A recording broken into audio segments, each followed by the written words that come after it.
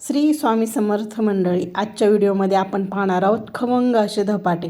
त्यासाठी मी काय केलेलं आहे, इथं लसूण घेतलेलं आहे, कोथिंबीर घेतलेली, 5-6 हिरव्या मिरच्या घेतलेल्या आहेत, ओवा घेतला आहे आणि जिरे घेतलेले। आता हे सर्व जिन्नस काय करायचे, मिक्सरच्या भांड्यामध्ये घालून छान असं बारीक करून घ्यायचे किंवा त्याचं वाटण तयार करून घ्यायचे।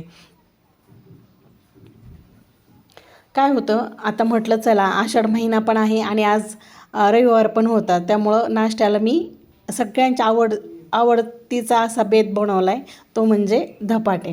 तर आता हे सर्व जिन्नस आपण काय करायचे, छान असे मिक्सरवरती फिरवून घ्यायचे। आता इथं छान अशी मिरची आपली इथं बारीक झालेली आहे कुठून।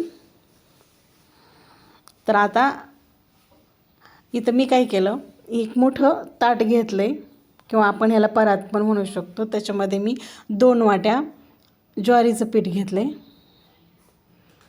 1 वाटी गव्हाचं पीठ घेतलं आहे आणि 1 वाटी काय करायचं, बेसन पीठ घ्यायचे आणि हे तिन्ही पीठं घ्यायचे। आणि आपण आज इन्स्टंट धपाटे बनवतो आहे। आता त्याच्यामध्ये मी हळद घातली आहे आणि आपण जे मिक्सरमध्ये हिरवी मिरची, लसूण, कोथिंबीर आणि जिरं, त्यानंतर ओवा हे जे बारीक करून घेतलं होतं का नाही, त्याचं कूट करून घेतलं होतं ते घातले। नंतर चवीनुसार काय करायचं, मीठ घालून घ्यायचे आणि त्याच्यामध्ये मी काही पांढरे तीळ घातले। तिळामुळं छान अशी टेस्ट येते। शिवाय बारीक चिरून घेऊन कांदाही घातला आहे, कांद्यामुळं तर एकदम अप्रतिम चवीचे असे हे धपाटे होतात। आता हे सर्व जिन्नस काय करायचे, तर मिक्स करून घ्यायचेत आणि त्यामध्ये काय करायचं, थोडं थोडं पाणी घालून हे पीठ घट्टसर असं मळून घ्यायचे।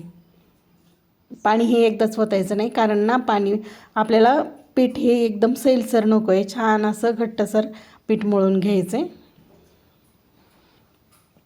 काय धपाटे आपण इन्स्टंट आज बनवतो आहे, पण जर आपण हुरडा असतो की नाही, तो जर भाजून घेतला आणि त्याचे पीठ करून घेतलं ना, त्याचे धपाटे सुद्धा खूप छान होतात बरं का। पण असं लवकरात आपल्याला बनवायचे असले ना, तर या पद्धतीही एकदम छान आणि सोपी पद्धत आहेच।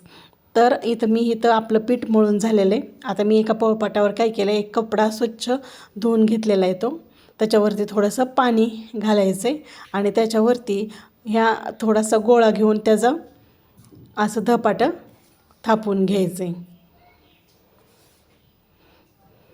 एकसारखं असं धपाटं थापून घ्यायचे